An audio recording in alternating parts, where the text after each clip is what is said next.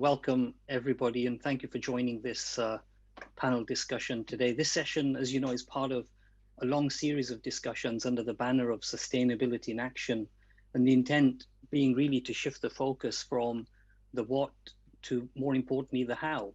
So action is really the key word here. And the session titled "The Next Standard in Sustainability Starts with the Supply Chain" really alludes to our next 60 minutes, where we have senior executives with real market knowledge and influence who are shaping the next sustainability standards within their organizations, but also across their supply chains and industries.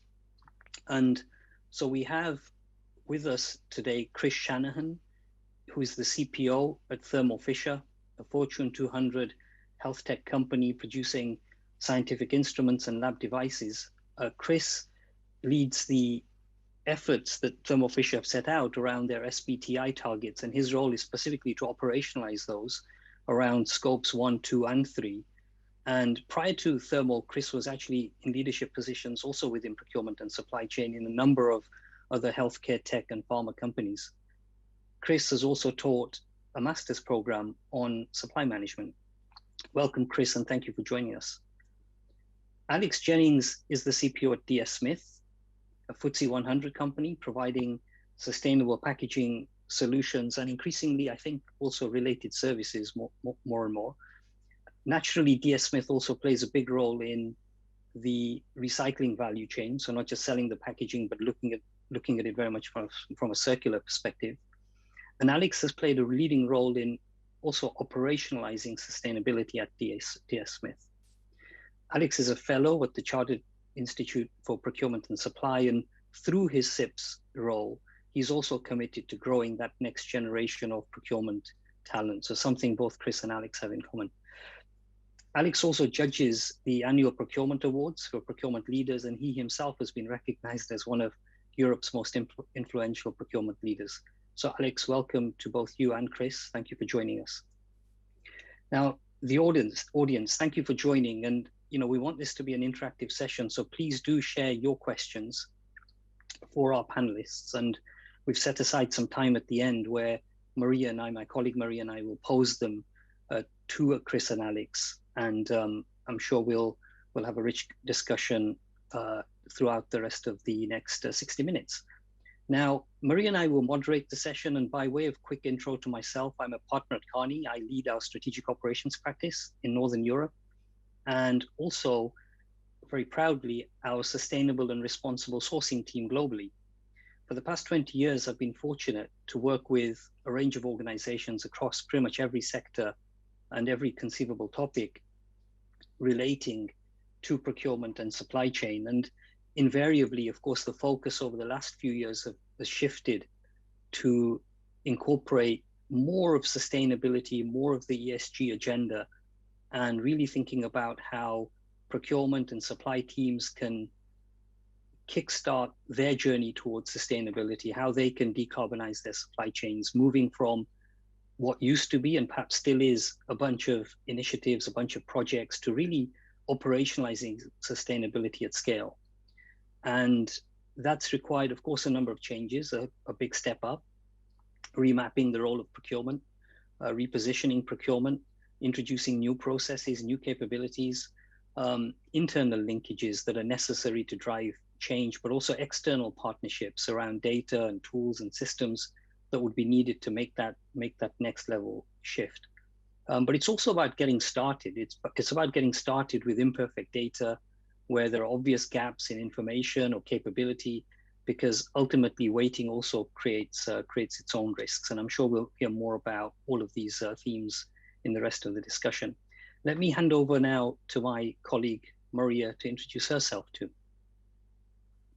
Hi, my name is Maria de Klein. I'm a partner with Kearney in Amsterdam, part of our energy and process industry practice, and an energy specialist since 20 years. I lead globally for our net zero platform. So the question on decarbonization within operations and within the supply chains, and how to build new businesses in a low carbon world.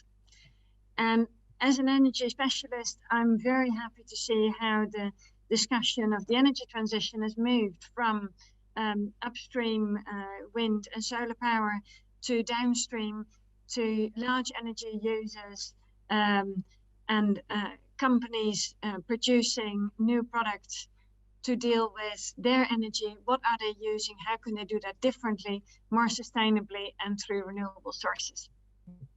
And what does it mean if you do it yourself, when most of your emissions actually aren't generated by yourself, but elsewhere in the supply chain? So very happy to be here today with Chris, Alex, and Imran to discuss the new standard in sustainability through the supply chain. And what we'll be touching on today is partly the why, what's triggering an ESG or sustainability journey, what hurdles do you overcome very practically, and then with a deep dive to Scope 3 or supply chain emissions. So let's get it kicked off. Let's start with the why. Why do you actually develop a climate, ESG, or sustainability strategy? Well, in the past few months, of course, the conversation about our planet has strongly intensified, and organizations are facing a new level of scrutiny in the race to really become sustainable in the core of their business. And what's triggering that, of course, the climate crisis itself, which is no longer a question of tomorrow, but a question of today. The last decade was the most expensive on record, $3 trillion in damages and losses through natural disasters. And of course, the international community is acting through the Paris Climate Agreement, through COP26. We now see the whole of the G7 committing to net zero economies by 2050, and also China pledging to be carbon neutral by 2060. Investors are moving. So if you look, for instance, at BlackRock, they have clearly come out saying that climate risk is investment risk. And investors are assuming climate regulations will influence their decisions in the very immediate term. And customers are moving. And that is one of the things that makes me most proud of our world. Because when we polled customers in our Carney Consumer Institute Earth Day survey, 2/3 of them said they expect companies to drive green outcomes and that they themselves are increasingly willing to pay. So it actually, from that point of view, makes great sense to pivot the business to a low carbon one over the next few decades. And as challenging as this mission is, it opens up an opportunity to use deep market knowledge and influence to shape the sustainability standards of the future, to build resilience into the global supply chains, and to gain competitive edge in the process. So why start now? There's so many companies who are now saying, yes, we want to become net zero. And Chris and Alex are, of course, here as proponents of this. This goes beyond hard requirements set by regulators today.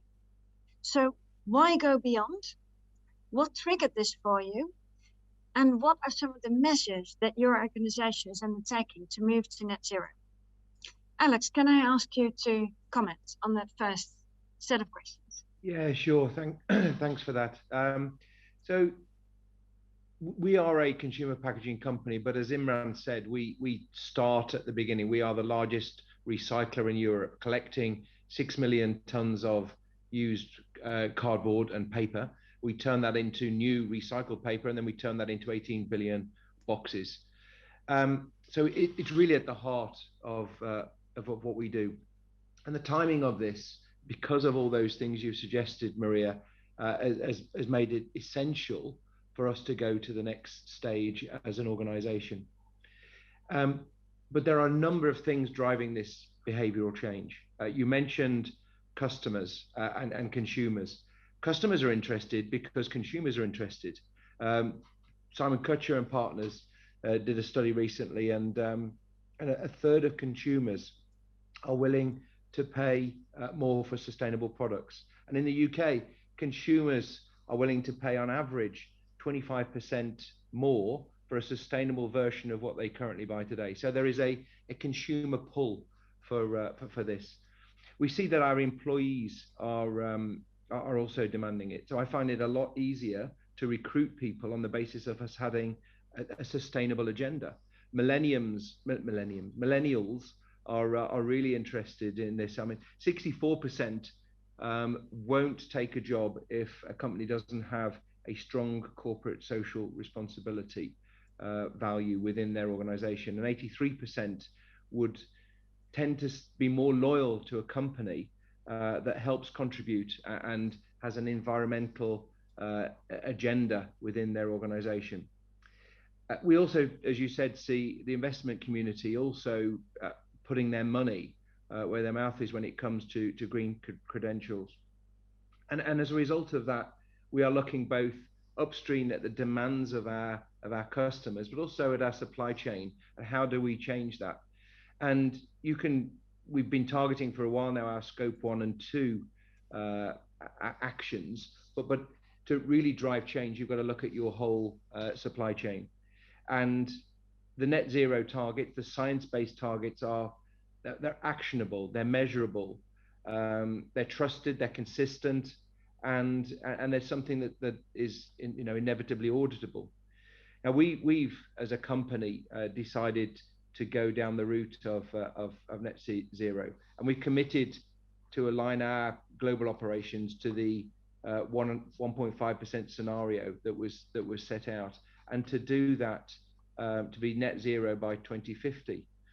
Now that means we've got to look at our scope 1, 2, and 3 emissions, and we've got to reduce by 46% in an absolute basis by 2030 versus a 2019 baseline that we selected. So it's a big challenge for us, and that's going to mean a lot of money being spent. We make a recyclable circular product, but we still use a lot of energy in the production of that, in the creation of steam, and in the manufacturing of paper. So we will be investing significantly in our own manufacturing process to remove those that 46% of our output. But we also need to drive that same challenge and change throughout our supply chain, and that is done by having the same behavioral commitment to your suppliers as you do internally. And you have to source on the basis of working with suppliers that are also committed to going on the same journey. So our customers expect it, the consumer expects it. We have to do it on behalf of our customers, and our suppliers and their suppliers have to do the same. And we are working with our suppliers now to drive that and challenge that change. But there's also, I think, some legislative support that's assisting with this. The plastic tax is driving some sustainable practices within the supply chain already, making people think about, well, how can I change this? So that's our commitment, and that's our approach to driving this change through the suppliers. Thank you, Alex. And it sounds like sort of the way you're describing it, it's sort of gradually coming on. Or was there a point where it all that flipped a switch for you at DSS to say, now we are going to really do this? I think it's inevitable for everybody, but we see it as a competitive advantage, as a unique selling point of the product we do. We put sustainability and circularity at the center of our company. It's part of our purpose, and I think that there wasn't really a flipping of the switch. It's more of an expansion of something that was already going on, and I think the natural next stage of that is making an external commitment to say, we're in this, we're going to deliver it, and try and pull all of our customers and suppliers with us. Thank you. And for Chris, how was this for you? Sort of, what made you decide to go beyond the hard requirements, and was there a specific trigger, and what did you decide to do? Yeah, sure, sure, Maria. So maybe I just sort of talk about Thermo Fisher first, just to give some context around the company. So, we're a 40 billion plus diversified healthcare company, and we're covering many streams of activity, from life sciences to analytical instrumentation, diagnostics, lab research, pharmaceutical products, rapidly growing 15% a year as a company, highly decentralized. We got 8 different groups, 32 plus divisions, over 600 locations, 200 manufacturing sites. And when you think about the challenges on data, we got 180 ERP instances across the enterprise. And I'll come back to that, I think, through the next sort of 30, 45 minutes, just to give context. If you think about our commitments and we think about this topic, so as a company back in 2018, we committed to reduce our scope 1, scope 2 reduction. When you think about scope 1, fossil and refrigeration that we use internally, along with scope 2, which is linked to the whole area of energy and energy purchases. And that was our commitment. I think when we set the commitment out, I think we weren't, the journey wasn't clearly mapped out about how we actually take that from a commitment to actually doing, okay, and how do you get it done, and the forensics around that. I think what's evolved since 2018 is you have science-based targets, and the that initiative and sort of getting certified by SBTi.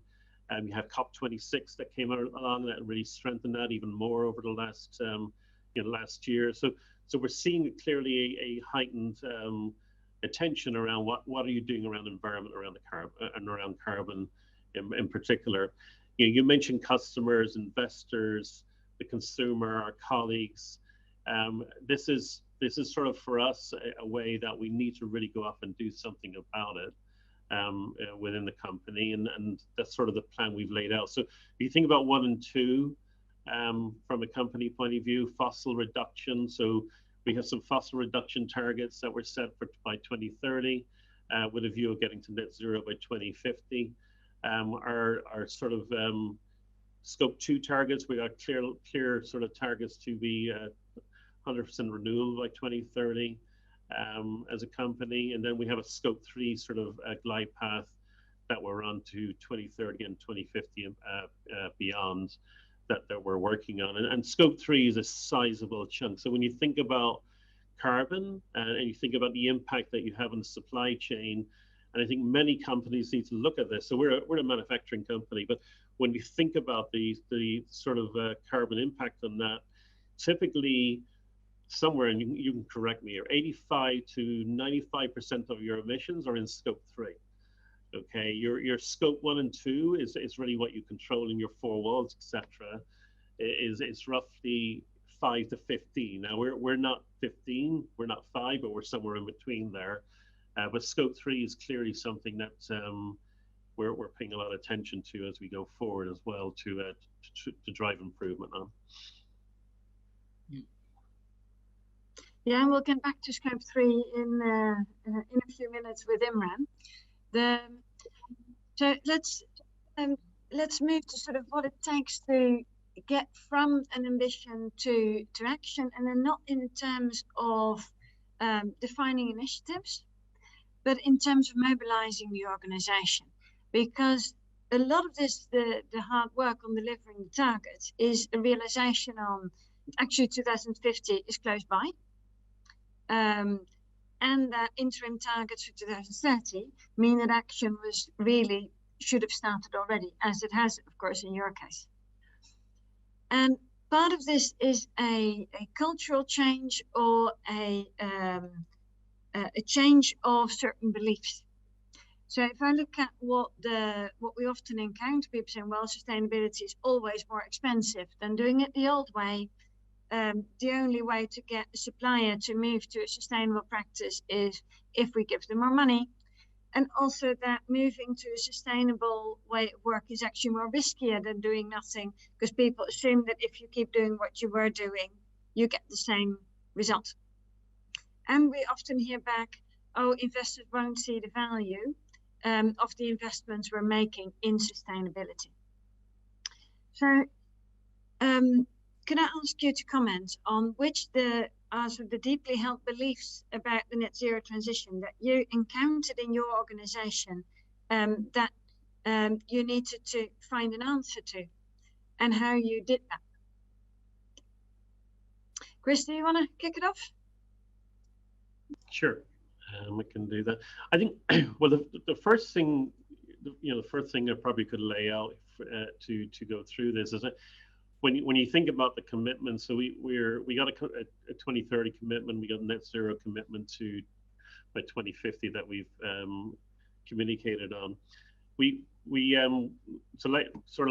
Early last year we put together a strategic plan, so it's a 5-year strat, we call it, and we laid out a glide path to how we get to these commitments across the scope 1, scope 2, scope 3 within the organization. So it was very much a bottoms up, top down kind of approach. So it was very cross-functional driven. If you think about trying to bring the 32 divisions and 7 groups together, it's how do you bring everybody together to align on one goal for the organization. So we pulled that together. It was one of the areas that we started looking at and prioritizing, and we started with scope 1, scope 2, and we identified that we have 45 sites in our network that make up a large portion of our emissions.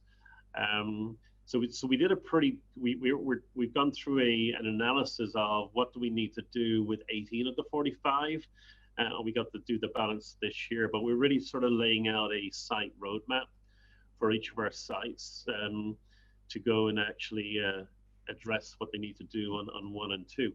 Now, there's an investment piece to this, right? So it's I think Alex mentioned this. There's a heavy investment. So we've pulled together a pretty large capital plan that we need to spend over the next 10 years as a company. So when you think about how a company runs, and our company runs, is we run each company like most companies, individual divisions.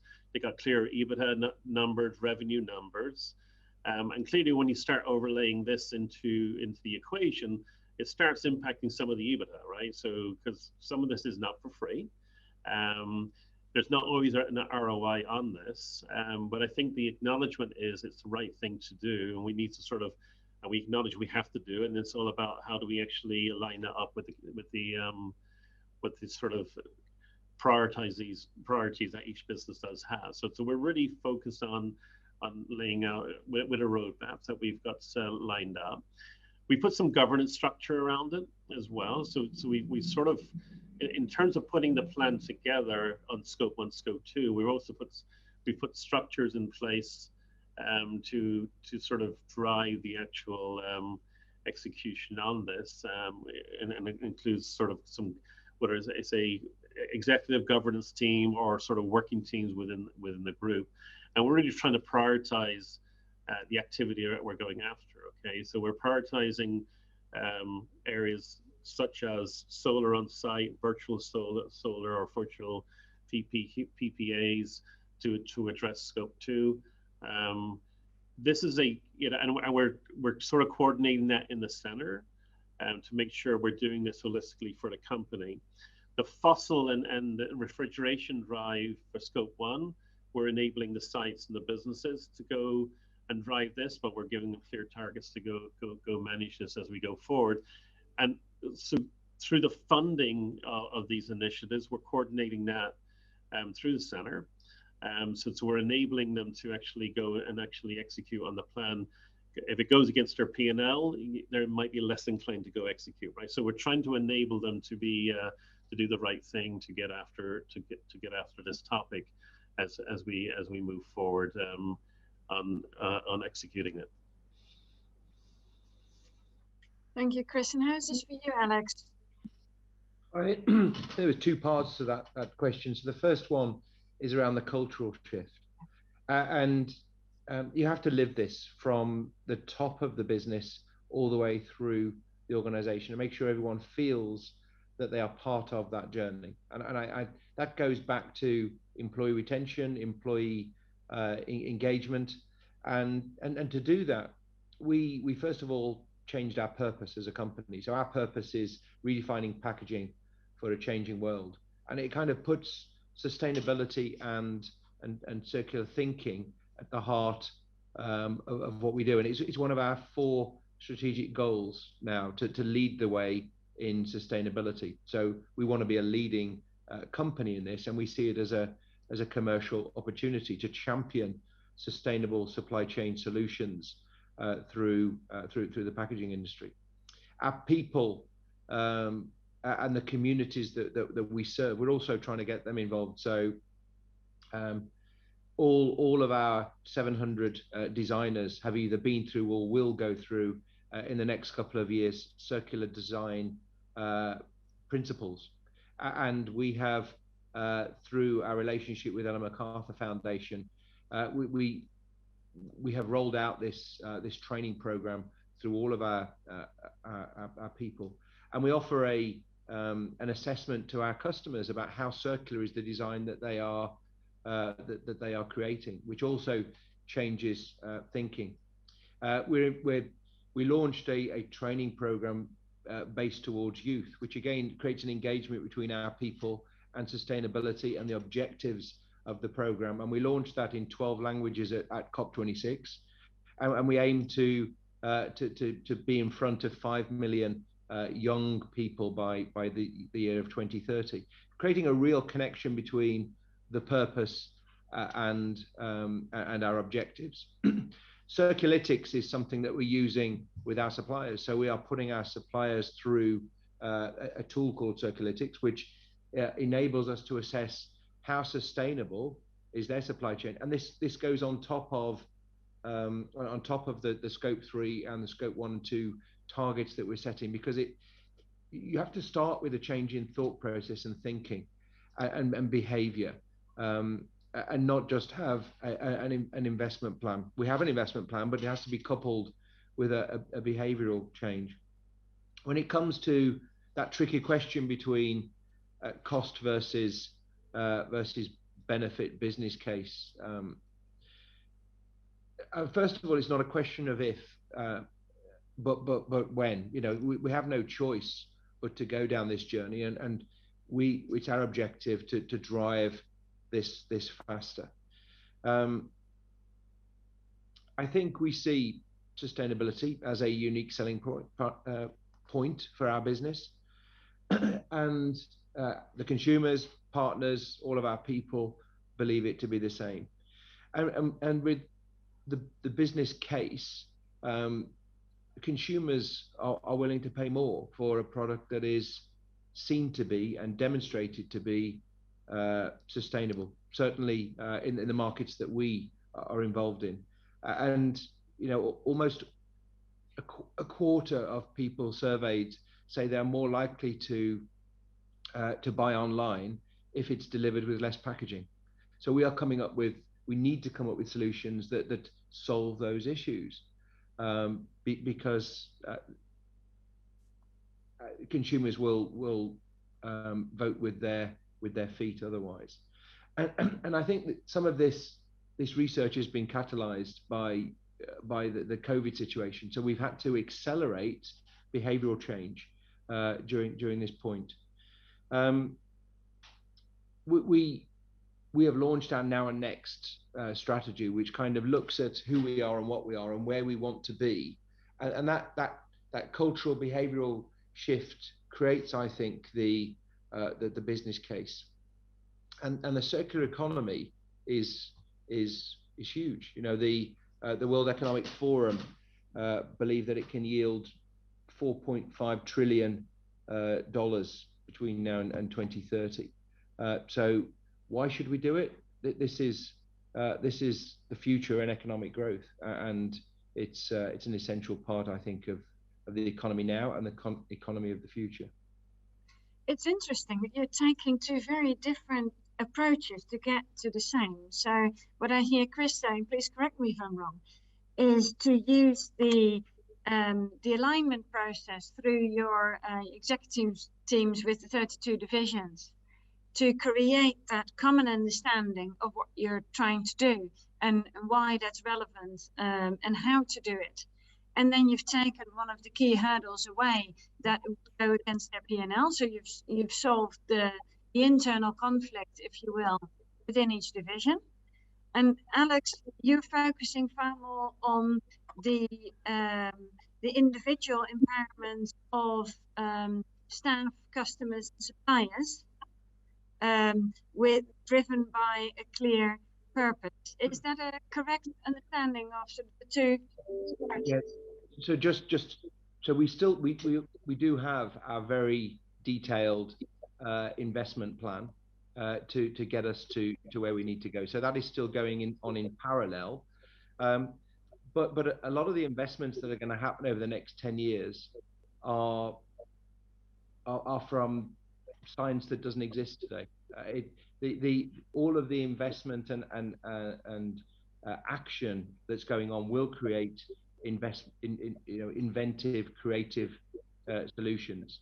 So some of the things that we will implement, I believe, over the next 10 years don't exist today. And the business case of where we need to get to, I think the cost of getting to where we get to will come down over time, because we will be using different methods to get to those conclusions than the ones we think are available today. Chris, how's this for you? When you hear Alex speak about the empowerment of people, the trainings, of course, you're very much in a B2B environment. Could you comment? Yeah, no. So I think, when you think about the approach, the scope 1, scope 2 is very much the initial let's get that up and running. We are enabling the businesses to go and drive that forward. Eventually, that's going to translate to the business, right? So the EBITDA, and they're going to have to climb this over as we think out to 2030 and beyond. Now, the momentum around people and the energy around this, I think Alex mentioned on this, is that it's amazing how everybody wants to get involved in this topic, no matter what, and we are absolutely encouraging that in what we're doing. I think when it comes to what we'll say scope 3, I think that's where there's a bigger momentum where we would look to the workforce to really help drive some of the activity there, because we're starting to get more into our product supply, transportation, how we think about things, right? So it's sort of what levers do you pull to enable people to drive on this? Scope 1, scope 2 is very, it's a cost, but for me, it's a cost base. You need to go do this, right? So, but there's an investment piece to go and enable on that. But I think you can drive, we have in the company, we have what we call PPI, which is really a continuous improvement process. And a lot of what we do is around PPI. And we're going to start framing programs around how do you drive the whole continuous improvement mindset linked to scope 1, scope 2, and scope 3 as well. So that's just, and bringing people into play is really critical for us.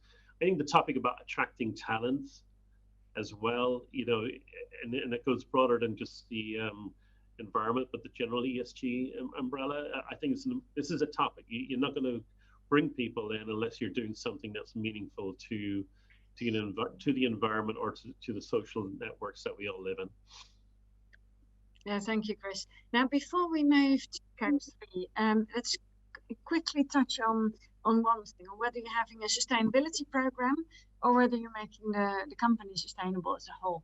So how have you ensured in your organization that sustainability isn't just a topic on the agenda on top of the normal business, but that is really going into the way you do business?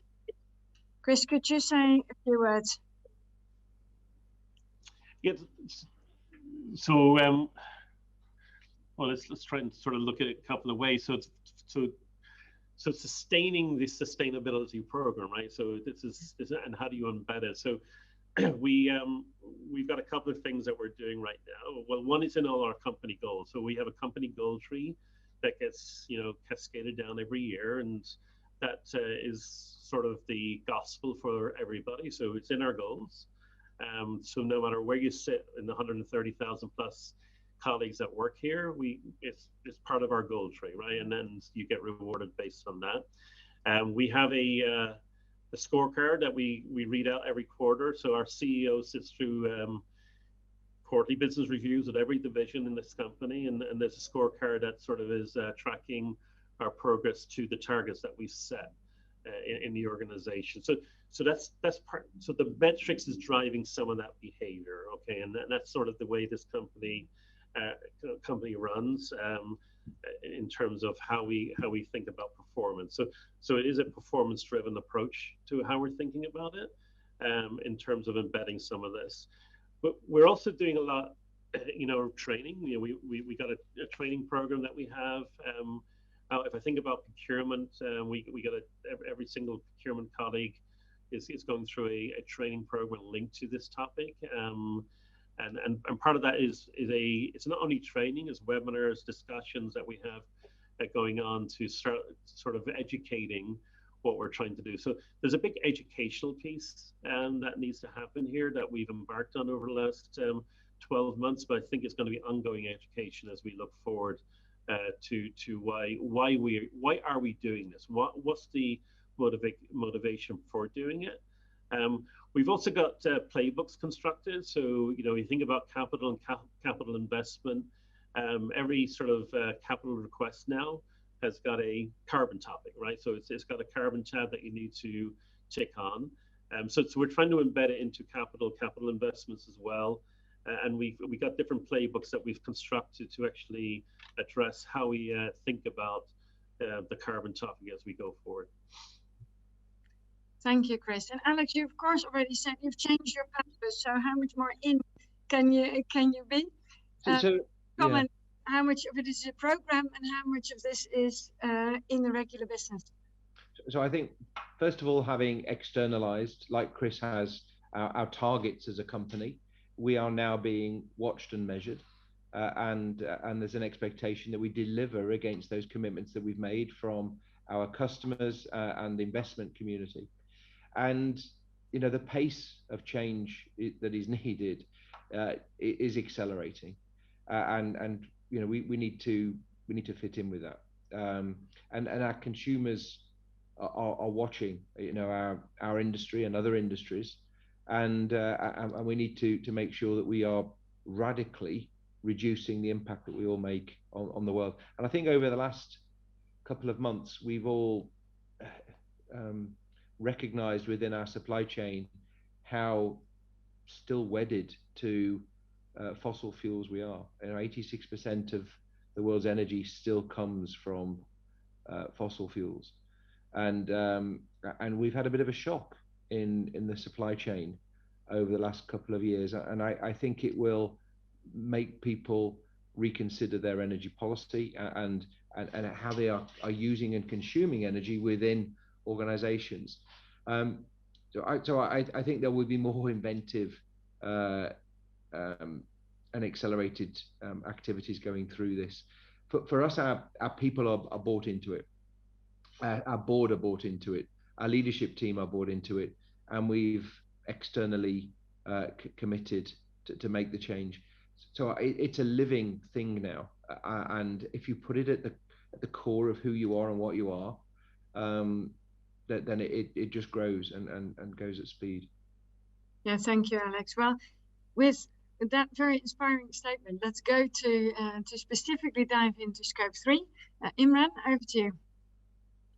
Thanks, Maria.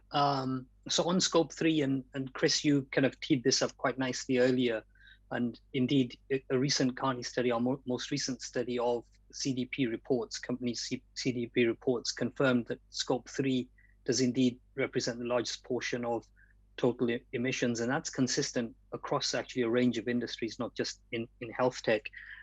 It may be as low as 70-80%, but certainly it's as high as 95% in certain segments, like in telco. So very much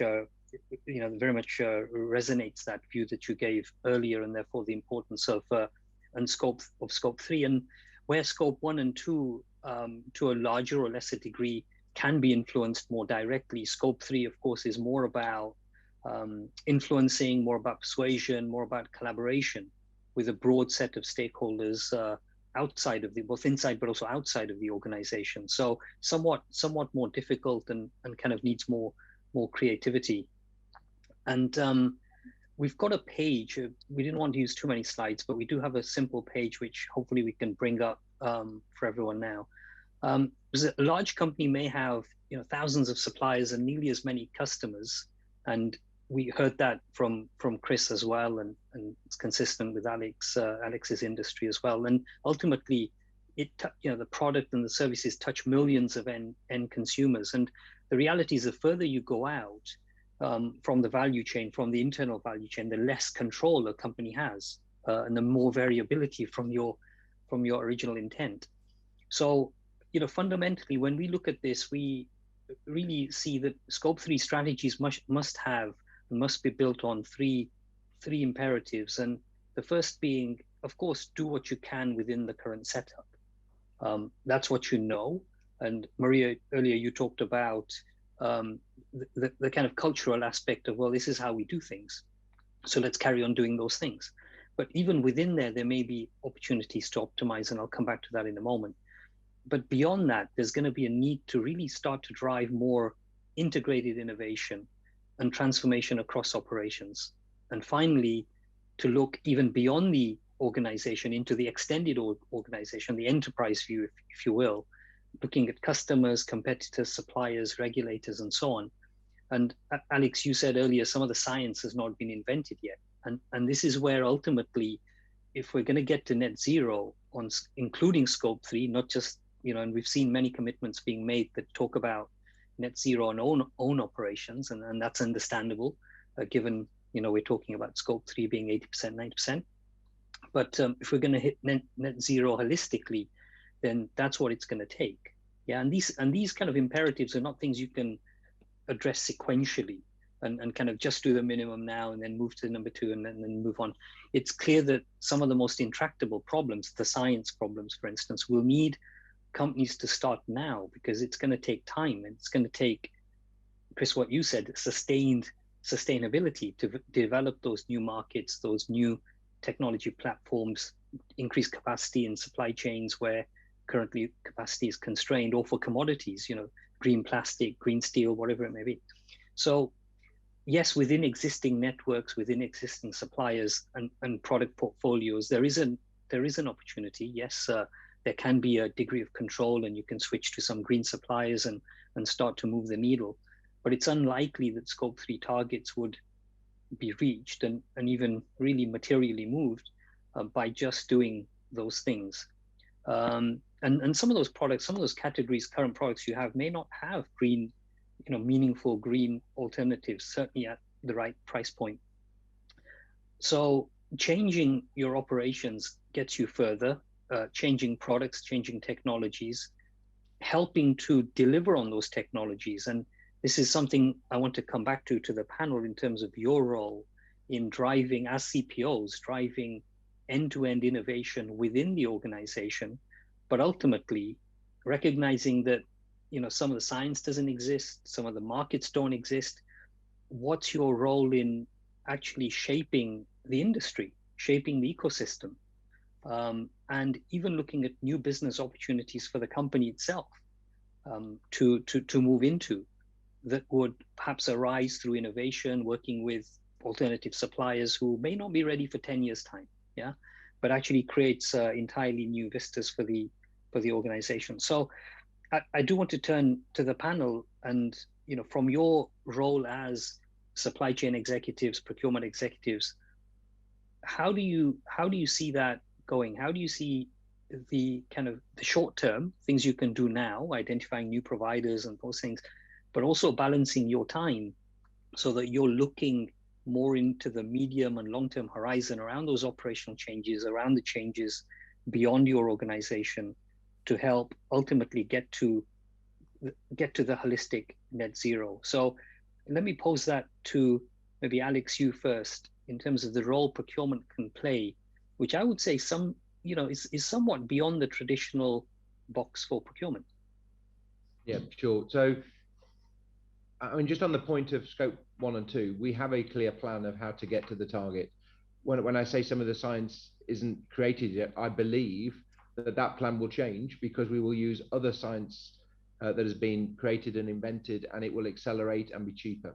Okay, so we have a plan to get there, but I hope that it will be accelerated by creativity of some of our suppliers, and we are at the front of procuring and managing those projects that will change our own scope 1 and 2 internally. So there's a lot of CapEx expenditure that will be needed.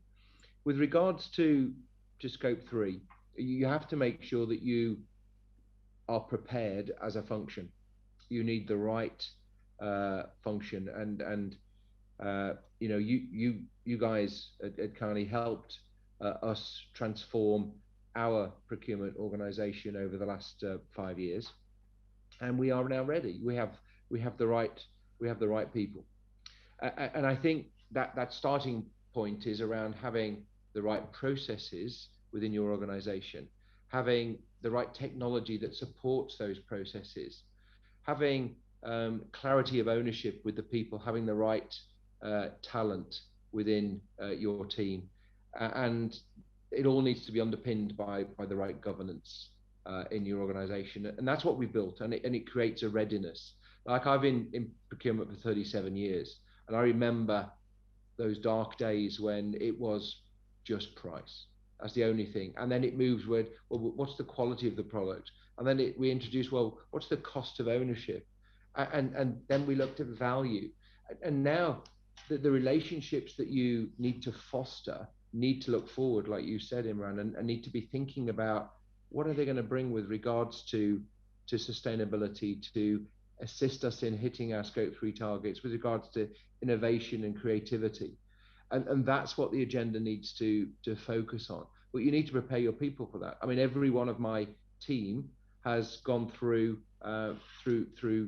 circular, sustainable training courses that we've run through our partnership with Ellen MacArthur, and it helps to prepare the readiness. It changes the mindset. You still have to sell that internally. You're still going to have a general manager of a business that likes the supply they've been using for the last 13 years and likes the price of the product or service that's being bought. But we have to challenge that, and we need to make sure that our people are trained and ready for that. It is a changing world, and we need people that can sell these principles both externally with our suppliers, but internally when we're making decisions that are based on a different value proposition than we were maybe only 5 years ago. And I think we've got a recognition within our company that that customers, that NGOs, that governments, that shareholders, that there's a high risk here of doing nothing, because if organizations don't do it, then it will be done for us. And we've taken the opportunity to be leading and ahead of the game, and it creates benefits, I believe. I think this change of relationship, the change of the agenda, the talking about alternatives to coming from the relationships creates value, and it drives clear cost management within this change. And I also want to encourage that a sustainable solution to hit these targets doesn't necessarily have to mean that it's going to cost more. That's not our goal, to make everything cost more. Our goal is to find sustainable, deliverable solutions that enables us to do it in a cost competitive way, and that's what we're driving. But there has to be, a real willingness within the organization. You need to make sure that you've got the right engagement, the right enablement, that you need action-based people that are there to drive and deliver. And yeah, I don't underestimate having the right structure, team, and purpose within the procurement function to prepare you for that journey. You can't just come in one day and say, right, let's refocus and challenge ourselves. There's a lot of preparation to go into that. Alex, if I may, I'm just going to kind of just double click a little bit on, because your answer and some of your earlier points also alluded to some of the things you can do kind of in the short term, yeah, and they're quick to demonstrate and clearly demonstrate impact in the short term, whether it's kind of ROI or on the kind of dashboard around emissions or another dimension of ESG. But how do you create that sustained effort, both in terms of those things that will deliver quickly, but also those things that need the work you're talking about with suppliers, with other partners over a longer term, where you're not able to show on a monthly or even annual basis that there's been a dramatic change, but you need to keep plugging away, putting in the miles, putting in the effort, and investing perhaps dollars, but certainly time, creativity, innovation, all the things you're talking about, that kind of cultural side, so that you're there in 5 years, 10 years time. And that's because that's something we see a lot of organizations struggle with in terms of, yes, the quick wins, but how do you put in the hard miles for the longer term changes that need to happen? So we can see internally that we are investing in new methane, biogas solutions to remove from how we are producing energy on site today. So we can already see that we have a lot of activities to capture energy and drive sustainable solutions internally. We can see the messaging. Okay, so we can see everywhere you go in this company, it is talked about because it's part of our culture now. You need to celebrate success. You need to celebrate when people find solutions, just as much as you would a new sales contract or a cost reduction program that's been delivered. You have to give recognition that this is just as important, and that fosters internal challenge, and it creates an energy that people want to be involved in it. And you have to be consistent, I think. So you have to make sure that you do not compromise your principles when it comes to how you assess that value proposition. I think further down the line, we're going to need to come up with some kind of formulaic assistance to procurement people so that they understand the cost of carbon, so that they can measure the decisions that they're taking, and being able to demonstrate to the business why we're going with product or service A versus product or service B, and be able to demonstrate that. But there's a lot going on already throughout the supply chain. It's about harvesting all of that and creating competition throughout your supply base, and then recognizing your suppliers. So they should know that if they behave in a certain way, it will drive consistent actions, and it will drive your sourcing strategy, and they will grow with you as an organization if they go down this path. If they don't go through that path and they still see growth, then that inconsistency will mean it withers. So you have to be committed to making the change. Brilliant. Thank you, Alex. Chris, same question to you from your perspective. What are you kind of driving internally? We've heard quite a few things. Externally, how are you extending your reach into your supplier base and maybe even beyond? I know in your industry, for your organization specifically, some of your suppliers are also competitors, and so you have this additional dimension and dynamic to deal with. How are you doing that, and what's the ambition in terms of reaching way beyond the current enterprise, the current kind of four walls, to drive that Scope 3 impact? Yeah, so I think if procurement as a function, I think this is a massive opportunity, right? So to break it into a couple of buckets. So when you think about our role is to resolve business problems which come from our customers. So yeah, we got suppliers that are competitors, but they're also customers of ours.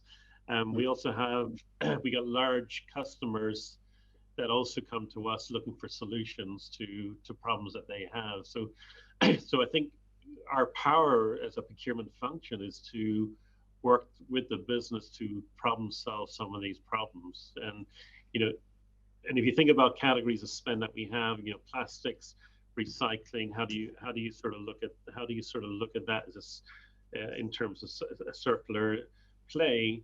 But I think we got lots of opportunity to go and address something like that. We've got a number of areas around innovation that we have on the table at the moment, working with one particular business where we've identified 2 or 3 areas that we feel that we can actually do either in-house or do differently with the supply base, that sort of takes out, addresses some of the carbon challenges, but also creates different new revenue streams for us. Okay, so I think there's a revenue opportunity that we can bring to the table through innovation. Now, when you think about supply markets and working with suppliers and sort of criteria for suppliers for tomorrow, it's going to be a new business requirement. Okay, so it's just a new requirement for doing business and how you look and source and select supply. That we're going to go and sort of work with suppliers that have this sort of same philosophy of SBTI, and we want to work with partners that will work with us to address the overall footprint, but also help come back with sort of solutions to the business that can bring new product into the field as well, right? So there's a product piece here. I think we have a pretty a big role to play in. Our customers are looking for us to come up with products that have a more net zero approach, right? So whether it's the instruments we sell, or to the bags we sell for vaccine and sort of device, how do we actually come up with different sort of solutions to address this topic? And I think it's part of it's just building that sort of muscle, and it's a new muscle that we have to build within the function, right? This is all about new muscle. And if I come back to an earlier topic around scope 3 and this whole topic of 1, 2, and 3, I think everybody's sort of still learning, right? So there's no one size fits all. We don't all have the solutions today. I think we're learning every day. I think everybody's learning, and regulations are going to change as we go forward, right? So we don't know what the next 10 years is going to be. Today we have clear goals that we have to go and address.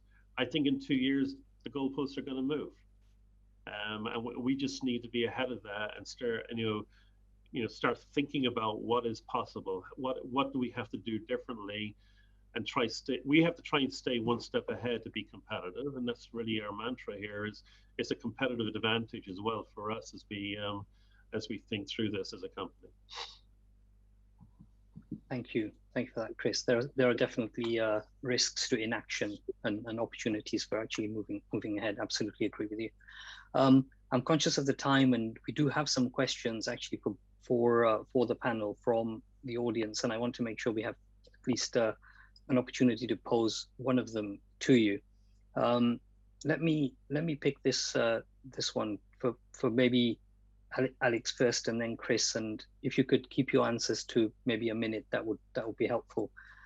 With the changing demands, with supply chain resilience, and with risk, of course, being really prominent over the last few months, certainly last couple of years, supply relationships being important for continuity, how are you ensuring that sustainability remains a priority and doesn't kind of fall away with these other priorities superseding potentially?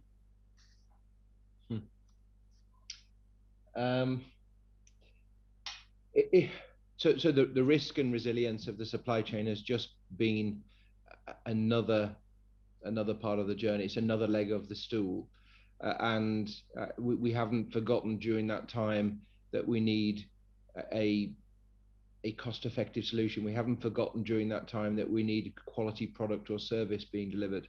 And similarly, we haven't forgotten that we want the solution to be sustainable. So the commitment remains.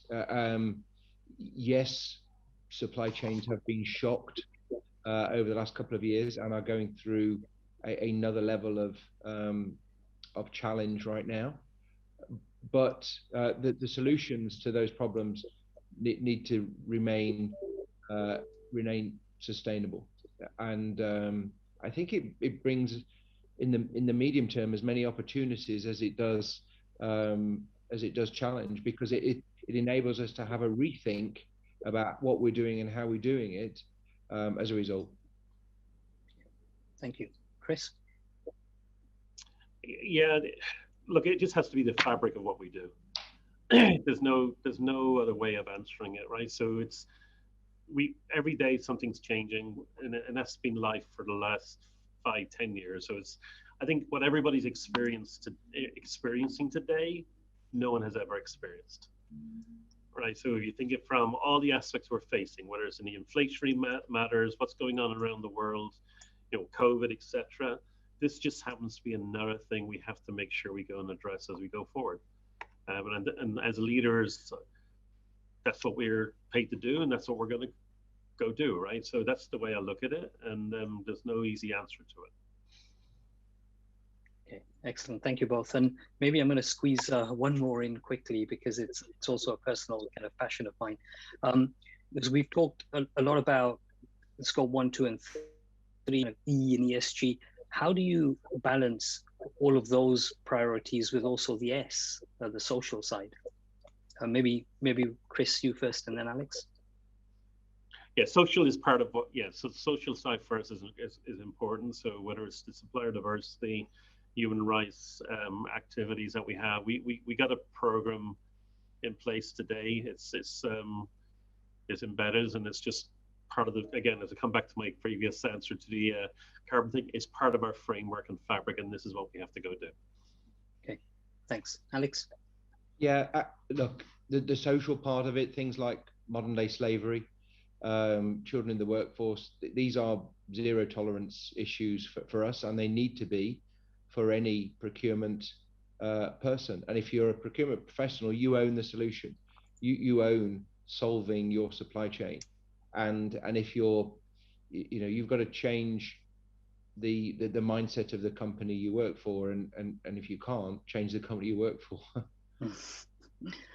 Okay, brilliant. Nice provocation at the end there, Alex. Thank you for that. Well, we've run out of time. We could do this, I'm sure, for the rest of the afternoon. Really great discussion. We covered a lot of ground. So thank you so much on behalf of everyone, Chris, and to Alex. Thank you, and also to our audience.